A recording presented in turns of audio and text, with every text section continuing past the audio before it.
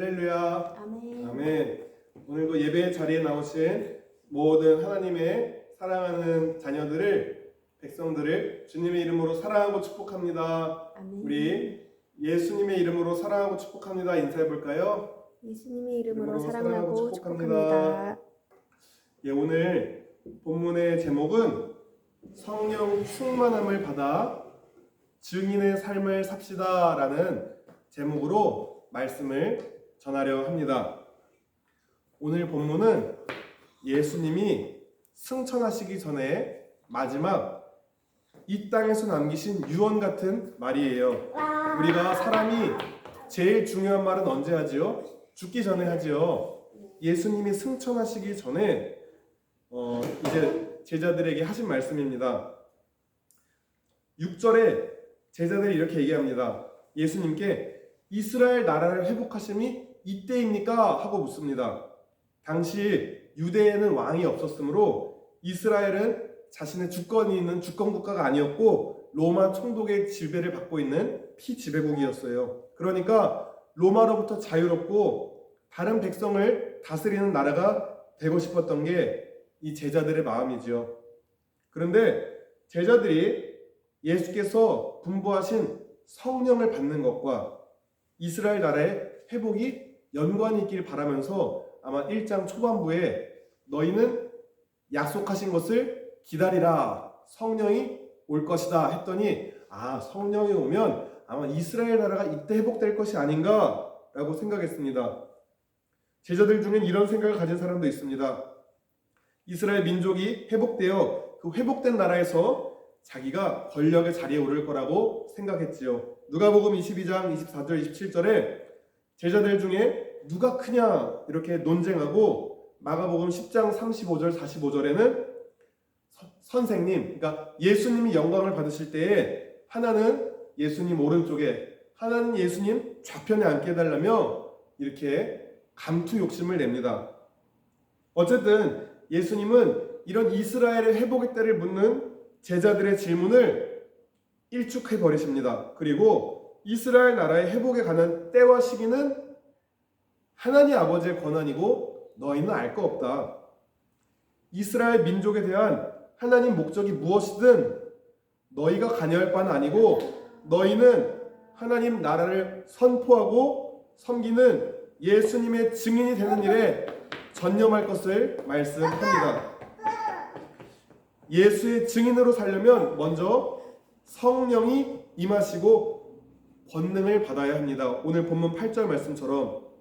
그래서 이렇게 결국에 오늘 1장 말씀에 오순절 마가 다락방에 성령 강림의 역사를 경험하며 이렇게 증인의 삶을 살게 되죠.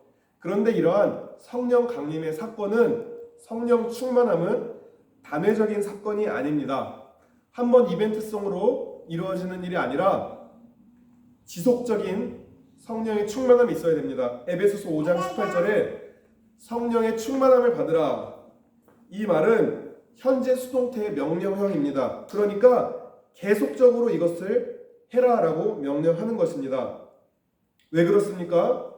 한번 성령 충만했다가도 이 세상이 죄악 가운데 있고 나 자신도 죄성을 입고 있는 인간인지라 우리가 깨어 기도하지 않으면 성령 충만할 수 없기 때문에 성령 충만함을 받으라 라고 현재 수동태의 명령형으로 명령한 것입니다.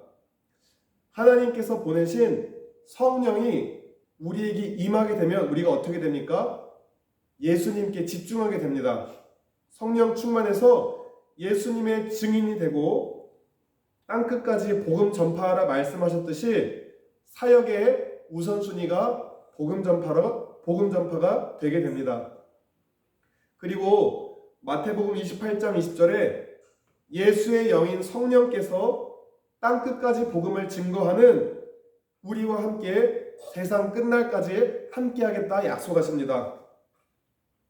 그러니 우리가 담대하게 복음을 증거할 수 있는 이유는 예수의 영인 성령이 이 명령을 완수할 수 있게 우리와 함께 하시기 때문입니다. 우리가 전하는 이 복음은요, 하나님의 구원을 가져다 주는 능력이고 우리의 영혼육을 구원하고 회복시키는 놀라운 사건입니다. 그리고 성령님이 임하여 권능을 받게 되면 예수님이 말씀하셨듯이 나보다 큰 일도 하리라. 하나님의 능력을 믿는 사람에게 성령의 나타나심으로 기적이 일어납니다. 마가복음 16장 20절에 제자들이 나가서 두루 전파할세. 뭘 전파합니까? 예수님과 복음을 전파했겠죠. 그럴 때에 주께서 함께 역사하사 그 따르는 표적으로 말씀을 확실히 증거했다 하십니다. 이 제자들의 복음 전파 사역이 성령님의 권능과 함께 따르는 표적으로 말씀을 확실히 증거했다 합니다. 우리는 그저 증인으로서 전하기만 하면 됩니다. 그 영혼이 하나님을 영접하고 변화되는 것은 우리의 몫이 아닙니다. 우리는 이렇게 예수님을 증거하는 증인의 삶을 살라고 부름받았습니다. 제 경우에 고등학교 1학년 때 태국에서 단기 선교를 하는 중에 제 메콩강 물에 빠져서 죽을 뻔한 적이 있었는데, 그때 저의 육신은 구원받았을 때에 참 이것이 큰 놀라운 사건이라 여겨졌어요. 지금도 마찬가지입니다.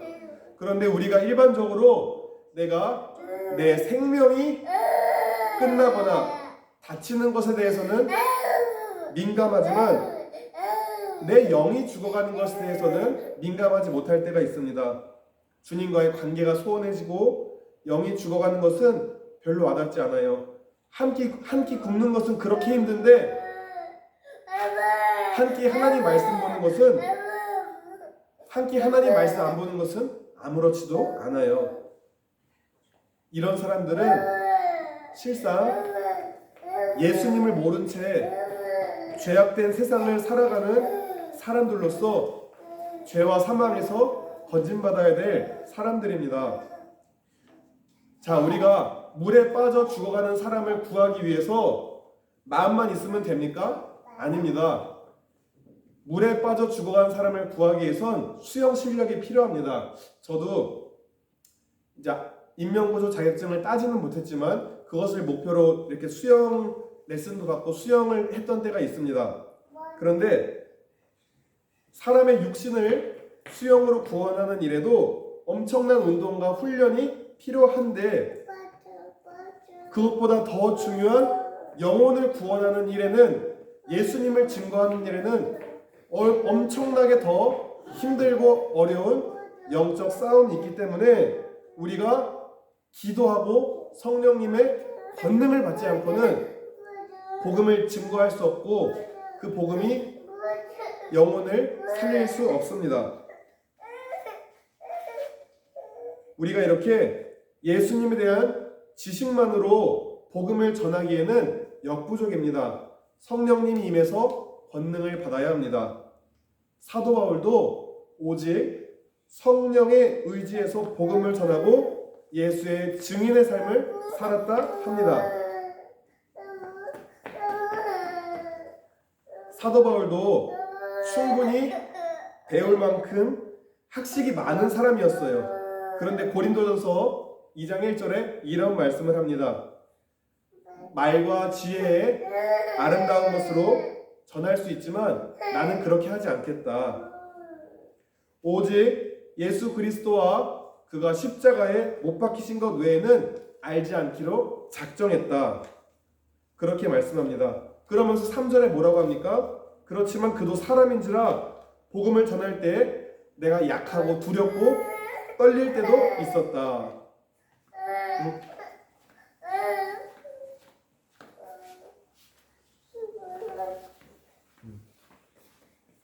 사도 바울도 항상 담대할 것 같지만 이렇게 내가 맨정신으로 약하고 두렵고 떨릴 때도 있었다.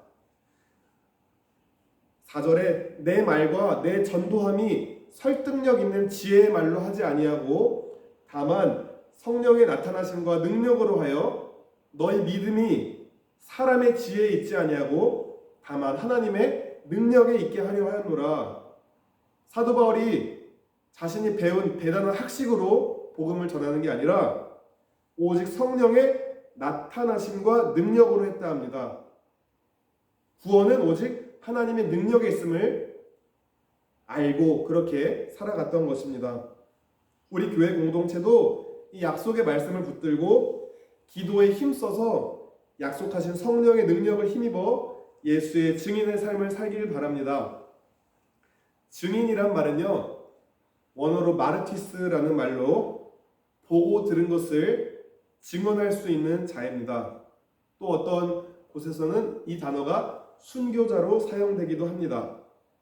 사도들은 증인의 삶을 살았어요. 그들은 예수의 삶, 죽음, 부활과 승천을 직접 목격한 그 사실에 근거해서 예수님을 증거했습니다. 오늘날 우리는 이 성경 말씀에 근거해서 성령님의 인도를 따라서 우리도 역시 동일하게 증인의 삶을 살 수 있습니다.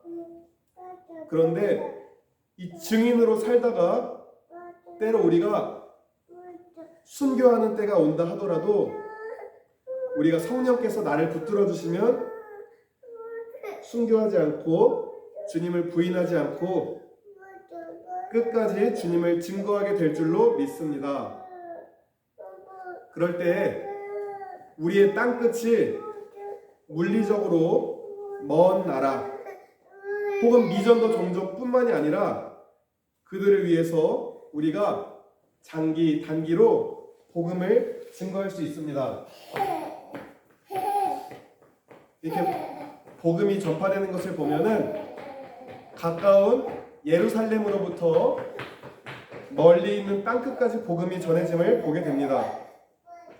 우리가 처한 상황에서 먼저 우리가 가까운 가족과 친척과 이웃에게 우리 주변에 믿지 않는 자들이 있다면 이들에게 복음을 전해야 할 줄로 믿습니다.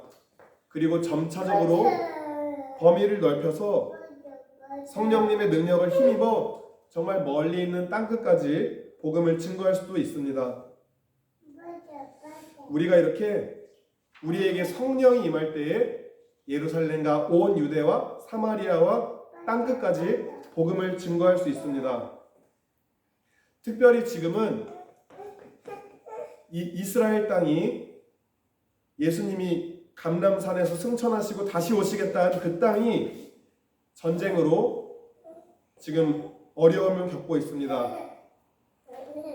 그 전쟁으로 힘들어하는 그들의 전쟁이 속히 종결되고 이스라엘 땅에 있는 모든 사람들이 예수님을 주인으로 모시고 살아가는 그리스도인이 되도록 우리가 기도해야 될 줄로 믿습니다. 이스라엘 나라를 회복하시고 온 세상을 구원하실 그 예수님이 언제 다시 오실지, 언제 회복시키실지 우리는 알 수 없습니다. 제자들이 이스라엘 나라를 회복하는 그 시기가 언제인가 물었을 때 그것은 너희가 알 바 아니다 라고 말한 것처럼 우리가 언제 다시 이 불의한 세상을 주님이 다시 오셔서 심판하시고 완성시키실까? 그것은 우리의 영역이 아닙니다. 우리는 다만 예수님의 능력으로, 기도함으로, 성령의 능력으로 증인으로, 예수 증인으로 살아가는 삶을 살아야 됩니다. 저희 어머니가 하신 말씀 중에 우리 가족은 모이면 기도하고 흩어지면 전도하자 이런 말씀이 생각납니다. 아마 그렇게 가족이 모이면 전도하고 흩어지면 삶 속에서 전도하자, 모이면 기도하고 흩어지면 전도하자 이런 말씀이었는데 참 제게 인상적이었어요. 사도들이 복음을 전하기 전에 먼저 기도했어요. 성령의 능력을 힘입어서 이제 완전히 달라진 모습으로 담대하게 전도를 합니다. 저도 지난주부터 한 달 좀 넘긴 했는데 본격적으로 토요일은 기도와 전도에 전념하는 날로 이렇게 살아가고 있습니다. 토요일 점심은 함께 전도하는 우리 전도 팀들과 함께 길거리에서 전도하고 또 전도 대상자를 미리 컨택해서 그들을 전도했어요. 그렇게 전도하기 전에 미리 기도를 많이 심었지요. 그러다가 지난주부터는 제가 일하는 센터의 어르신들에게 점심 먹고 쉬는 시간에 대화를 나누며 복음을 전하게 되었습니다. 그렇게 토요일 오전부터 점심은 전도하는 걸로 정하고, 근데 또 전도가 우리 힘으로 됩니까? 안 되지요. 그래서 뿌려진 씨앗이 잘 열매 맺도록 강력하게 기도하기로 했습니다. 오후에 서울에 은평 초대교회라는 곳이 있는데 저와 아내와 저희 아들이 전도하고 나서 바로 2-3시간 동안 강력하게 기도를 하기 시작했습니다. 물론 다음날 설교 준비도 해야 되고 집안에 살필 것도 있고 해야 할 일 많지만 무엇보다 우선순위가 기도와 전도다라는 게 저와 아내가 가진 공통된 생각이어서, 아내도 평일에 열심히 일하면서 또 힘든 몸을 이끌고 우리가 그래도 기도하고 전도해야겠다. 내 영이 능력을 받고 사명 감당하려면 기도의 자리를 지켜야겠다. 전도하자. 이렇게 해서 우리가 그렇게 전도하고 있습니다. 물론 토요일만 그렇게 하는 것이 아니라 월요일과 금요일 중에 삶의 모든 시간 속에서 무시로 주님께 기도하고 전도하는 삶을 사는 것은 역시 당연한 말이죠.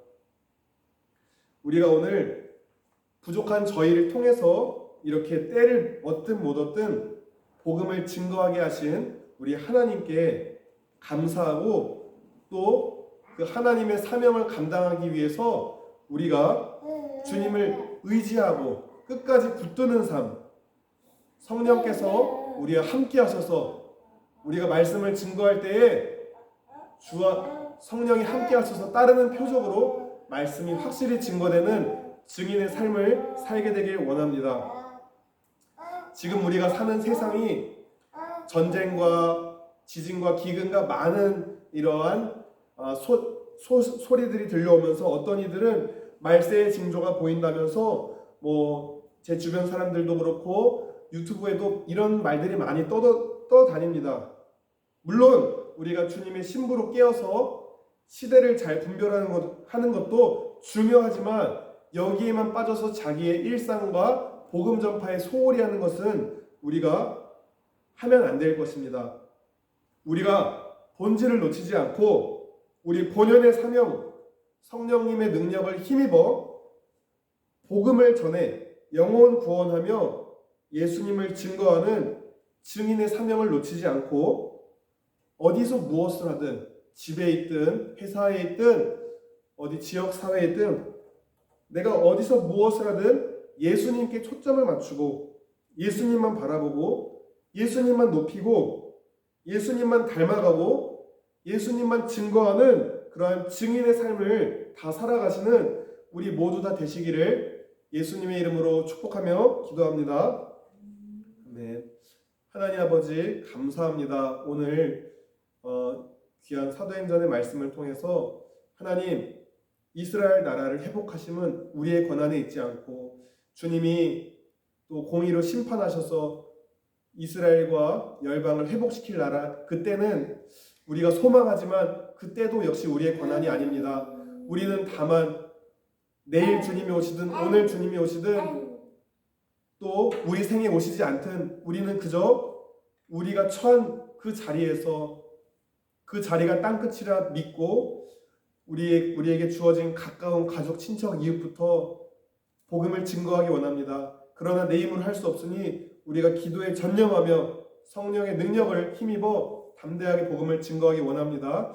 우리가 이렇게 본질을 놓치지 않고 우선순위 가운데에 주님의 기뻐하시는 사명을 감당할 수 있는 하나님의 일꾼이요 주님의 제자요 주님의 증인된 삶을 살아갈 수 있도록 성령님 끝까지 우리를 인도하시고 붙들어 주시옵소서.